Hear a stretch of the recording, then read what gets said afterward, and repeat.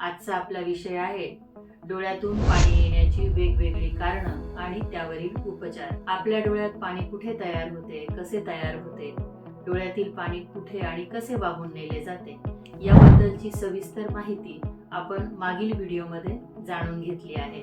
नमस्कार, मी डॉक्टर सुनीता खरे, नाशिक येथील सुजय नेत्र सेवा या आय हॉस्पिटलची नेत्रतज्ञ संचालक आणि आपण पाहत आहात सुजय आय केअर हे यूट्यूब चॅनल। आपले डोळे सतत ओले असतात। आपले डोळे निरोगी आणि कार्यक्षम राहण्यासाठी आपले डोळे सतत ओलसर असणं हे अत्यंत आवश्यक असतं। आपले डोळे ओले ठेवण्याचं महत्त्वाचं काम करतात ते म्हणजे आपल्या डोळ्यातील अश्रू। डोळ्यातील विशिष्ट ग्रंथी अर्थातच लॅक्रिमल ग्लँड अश्रू ग्रंथी डोळ्यात अश्रू निर्माण करण्याचं महत्त्वाचं काम करतात। लॅक्रिमल ग्लँडने तयार केलेले अश्रू हे लॅक्रिमल डक्टद्वारे डोळ्यामध्ये वाहून आणले जाते आणि पापण्यांच्या उघडझाप होण्याच्या प्रक्रियेच्या मदतीने ते डोळ्याच्या पृष्ठभागावर पसरविले जातात। डोळ्यात ओलावा निर्माण केल्यानंतर उर्वरित अश्रू हे पंक्टम कॅनॅलिक्युलाच्या माध्यमातून लॅक्रिमल सॅक मध्ये एकत्र गोळा केले जातात। लॅक्रिमल सॅक मधून एकत्रित झालेले अश्रू हे नेझोलॅक्रिमल डक्टच्या द्वारे आपल्या घशामध्ये नकळत वाहून नेले जातात। अशा पद्धतीने आपल्या डोळ्यातील अश्रू तयार होणे आणि अश्रू घशाकडे वाहून नेण्याचं काम हे सतत अविरत आपल्या आयुष्यभर सुरू असते। परंतु आपले डोळे जरी ओले असले तरी डोळ्यातून नॉर्मली पाणी येत नाही।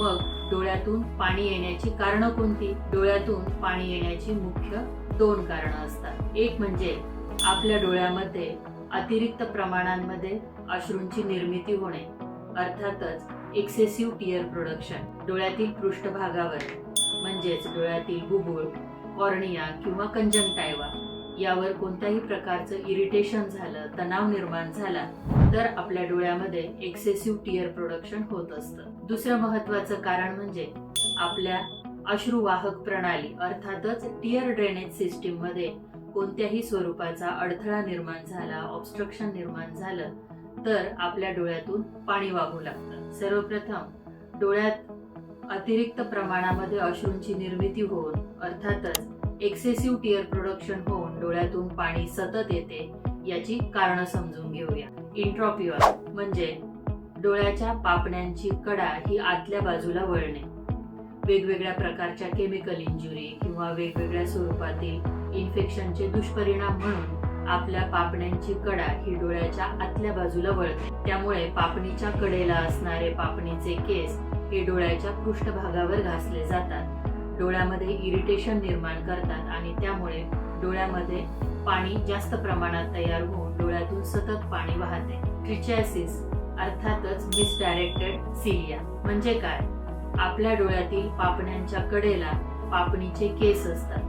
नॉर्मली पापणीचे केस हे बाहेरच्या बाजूला वळलेले असतात, परंतु काही लोकांमध्ये पापणीचे केस हे बाहेरच्या बाजूला न वळता ते पापणीचे केस डोळ्याच्या पृष्ठभागाच्या दिशेने त्यांची वाढ होते आणि अशा प्रकारे चुकीच्या दिशेने आलेले पापण्यांचे केस अर्थातच मिसडायरेक्टेड आयलॅशेस हे डोळ्याच्या पृष्ठभागावर घासले जातात आणि डोळ्यात इरिटेशन होऊन अतिरिक्त स्वरूपामध्ये अश्रूंची निर्मिती होते व डोळ्यातून पाणी वाहत राहते।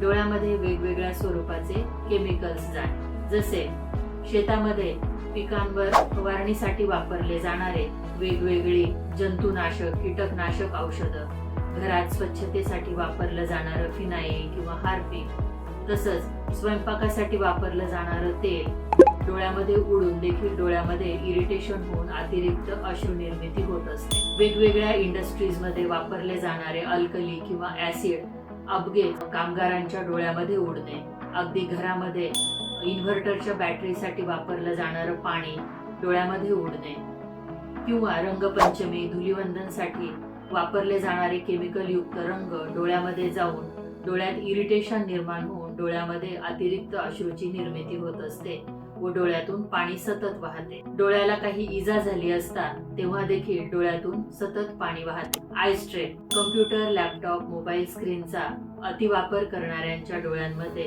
अतिरिक्त तणाव निर्माण होऊन देखील डोळ्यामध्ये पाणी येणे हा त्रास होत असतो। जास्त प्रमाणामध्ये लिखाण वाचन करणे, तसेच जास्त वेळ ड्रायव्हिंग करणे, नाईट ड्रायव्हिंग करणे यामुळे देखील डोळ्यांवर ताण निर्माण होतो आणि डोळ्यामध्ये पाणी येत राहते. चष्म्याचा नंबरचा चष्मा असतानाही चष्मा न वापरणे, चुकीच्या नंबरचा चष्मा वापरणे किंवा नंबरचा चष्मा बदललेला असतानाही जुनाच चष्मा वापरणे या कारणांमुळे देखील डोळ्यामध्ये अतिरिक्त तणाव निर्माण होतो आणि डोळ्यातून सतत पाणी येते. आय ड्रॉप्स, चुकीचे आय ड्रॉप वापरणे किंवा एक्सपायर झालेले आय ड्रॉप वापरणे यामुळे देखील डोळ्यामधून अश्रुस्राव होत असतो. डोळ्याचे वेगवेगळ्या प्रकारचे इन्फेक्शन्स जसे कंजंक्टिव्हायटिस, ब्लेफरायटिस, केराटायटिस, स्टाय, त्याचप्रमाणे कॉर्नियल अल्सर यामध्ये देखील डोळ्यामध्ये इरिटेशन होऊन अतिरिक्त अश्रूंची निर्मिती होते आणि डोळ्यातून सतत पाणी वाहते. ॲलर्जी, धूळ, अतिउष्ण हवा, रुक्ष हवा, तीव्र प्रकाश याची ॲलर्जी असल्यास देखील डोळ्यातून अतिरिक्त स्वरूपामध्ये पाणी वाहत राहते. फॉरेन बॉडी, अर्थातच डोळ्यामध्ये काही कचरा जाणे, जसे डोळ्यामध्ये गुरगुट जाणे किंवा टू व्हीलरवर प्रवास करत असताना अचानक डोळ्यामध्ये मातीचे कण उडणे, रेतीचे कण उडणे, दगडाचा बारीक तुकडा उडणे किंवा लाकडाचा तुकडा उडणे, डोळ्यामध्ये एखादा बारीक कीटक जाणे. फॅब्रिकेशनचं काम करणाऱ्या व्यक्तींमध्ये बऱ्याचदा डोळ्यामध्ये बर जाऊन देखील डोळ्याला इजा होत असते. अशा स्वरूपात डोळ्यामध्ये कोणत्याही स्वरूपाचं कचरा गेला असता तेव्हा देखील डोळ्यामध्ये इरिटेशन होते आणि डोळ्यातून अतिरिक्त पाणी वाहत राहते. कॉन्टॅक्ट लेन्सचा असुरक्षित वापर, अर्थात हात स्वच्छ न करता कॉन्टॅक्ट लेन्स वापरणे, जास्त दीर्घ काळापर्यंत कॉन्टॅक्ट लेन्स वापरणे, कॉन्टॅक्ट लेन्सचे सोल्युशन वेळच्या वेळी न बदलणे या कारणांमुळे देखील डोळ्यांमध्ये इरिटेशन होते आणि डोळ्यातून अतिरिक्त अश्रुस्राव किंवा अतिरिक्त पाणी येत असते. आय मेकअप करत असताना आयलाइनर, मस्कारा किंवा काजळ पेन्सिल हे एक्सपायर झालेले प्रोडक्ट्स वापरणे किंवा दुसऱ्या एखाद्या व्यक्तीचे हे प्रोडक्ट शेअर करणे यामुळे देखील डोळ्यांमध्ये इरिटेशन होऊ शकते. आयलाइनर किंवा काजळ पेन्सिल लावताना डोळ्यातील पृष्ठभागाला इजा होणे यामुळेही डोळ्यामध्ये अतिरिक्त अश्रू निर्मिती होत असते. त्याचप्रमाणे ड्राय आय सिंड्रोम, डोळ्यात कोरडेपणा असणे.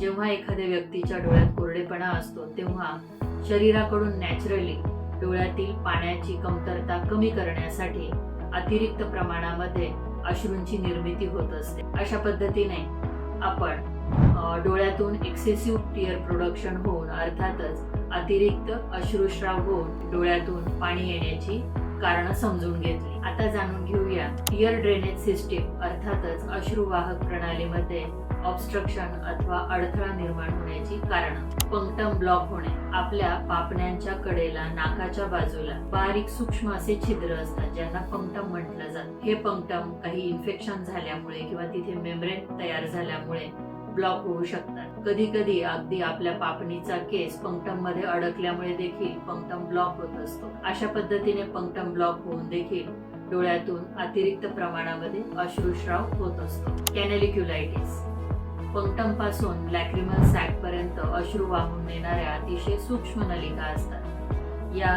कॅनॅलिक्युलायला काही इन्फेक्शन झाले असता, त्यांना सूज आली असता आपल्या डोळ्यातून अतिरिक्त स्वरूपामध्ये पाणी वाहू लागते कारण ते पाणी लॅक्रिमल सॅक कडे वाहून नेले जात नाही. डॅक्रिओसिस्टायटिस, अर्थातच सर्वसामान्य मराठी भाषेमध्ये याला म्हटलं जातं लासूर. डोळ्यामध्ये असणारी अश्रूची जी पिशवी आहे, अश्रूच्या पिशवीला इन्फेक्शन होणे याला डॅक्रिओसिस्टायटिस असं म्हटलं जातं. डॅक्रिओसिस्टायटिसमुळे देखील डोळ्यातील पाणी हे घशाकडे वाहून न जाता ते डोळ्यातूनच जास्त प्रमाणात वाहते. नेझोलॅक्रिमल डक्ट मध्ये काही ऑब्स्ट्रक्शन किंवा अडथळा निर्माण झाल्यामुळे देखील डोळ्यातून अतिरिक्त अश्रुस्राव होत असतो. अशा पद्धतीने डोळ्यातून पाणी येण्याची वेगवेगळी कारणं आपण जाणून घेतली. डोळ्यातून पाणी येण्याची कारणं जशी वेगवेगळी आहेत तसेच त्यावरील उपचार देखील वेगवेगळे असतात.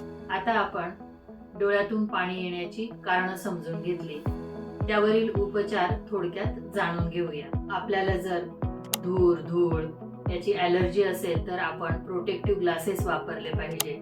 टू व्हीलरवर प्रवास करताना हेल्मेटचा वापर केला पाहिजे. डोळ्यामध्ये जर कचरा गेला तर अशा वेळेस घरी कचरा काढण्याचा प्रयत्न न करता नेत्ररोग तज्ञांकडे जाऊनच डोळ्यातील कचरा काढायला हवा. डोळ्यातील कचरा काढण्यासाठी घरगुती डोळ्यामध्ये तेल टाकणे, तूप टाकणे किंवा दूध टाकणे हे उपाय टाळावे. काही ठिकाणी डोळ्यामध्ये अगदी जीभ फिरवून डोळ्यातील कचरा काढण्याचा अघोरी उपाय केला जातो. हे उपाय करणे देखील कटाक्षाने टाळावे.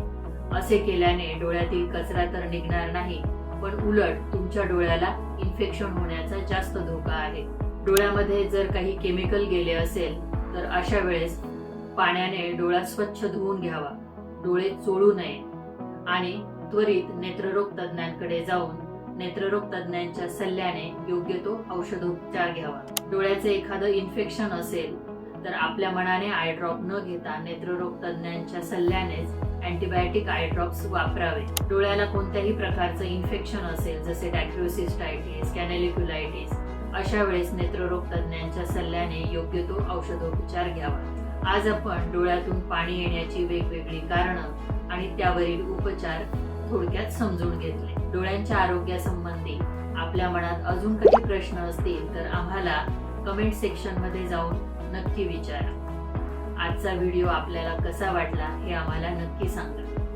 आणि हो, सुजय आय केअर या YouTube चॅनलला लाईक, शेअर आणि सबस्क्राईब करा, कारण निसर्ग डोळे देतो, आम्ही त्याची काळजी घेतो.